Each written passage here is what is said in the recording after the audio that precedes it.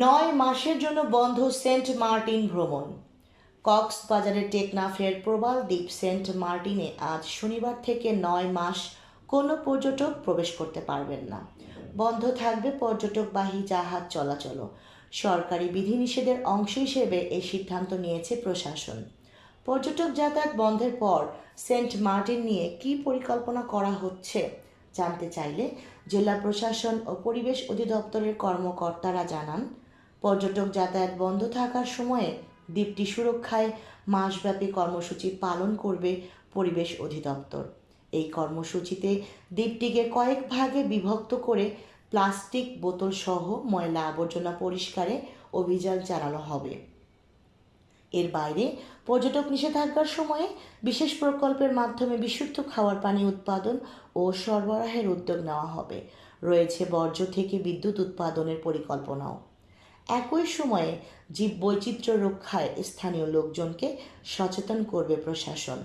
পরিবেশ অধিদপ্তর কক্সবাজার জেলা কার্যালয়ের উপপরিচালক জমির উদ্দিন বলেন, শনিবার থেকে কেউ সেন্ট মার্টিন যাচ্ছেন কিনা সেই বিষয়ে নজরদারি করা হবে। নিষেধাজ্ঞার সময়ে দ্বীপটির বিষয়ে করণীয় ঠিক করতে রোববার 2 ফেব্রুয়ারি অনলাইনে মিটিং ডাকা হয়েছে।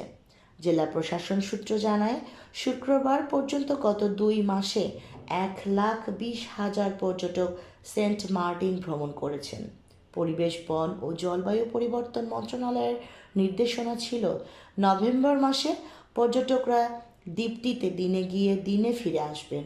ডিসেম্বর ও জানুয়ারি মাসে দৈনিক 2,000 পর্যটকের জন্য সেন্ট মার্টিন ভ্রমণ ও সেখানে রাত যাপনের সুযোগ রাখা হয়। এদিকে জুন, জুলাই, আগস্ট এই 3 মাসে বঙ্গোপসাগর উত্তাল থাকায় পর্যটক ও সরকারি দপ্তরের কর্মকর্তারা সেন্ট মার্টিনে তেমন যান না।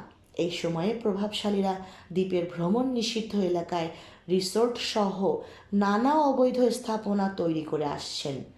এসব স্থাপনায় ব্যবহৃত হয় সৈকত থেকে তুলে আনা পাথর। পরিবেশ কর্মীরা বলছেন, এবার যাতে পর্যটক না থাকার সময়ে কেউ এই ধরনের স্থাপনা তৈরি করতে না পারেন সেই বিষয়ে সতর্ক থাকতে হবে।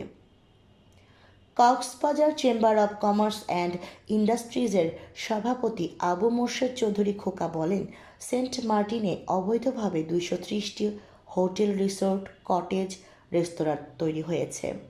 পর্যটন বন্ধের কারণে ক্ষতিগ্রস্ত দ্বীপের মানুষের বিকল্প আয়ের ব্যবস্থা করা প্রয়োজন।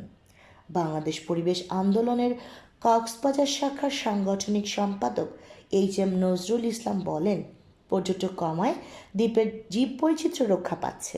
জেলা প্রশাসক মোহাম্মদ সালাউদ্দিন বলেন, দ্বীপ সুরক্ষায় মাসব্যাপী যে কর্মসূচি তা 10 ফেব্রুয়ারি থেকে শুরু হবে। পর্যটক যাতায়াত বন্ধের কারণে ক্ষতিগ্রস্ত স্থানীয় লোকজনের বিকল্প জীবিকার বিষয়টিও ভেবে দেখছেন। সাবিনা শাহরিন, তরঙ্গ টিভি।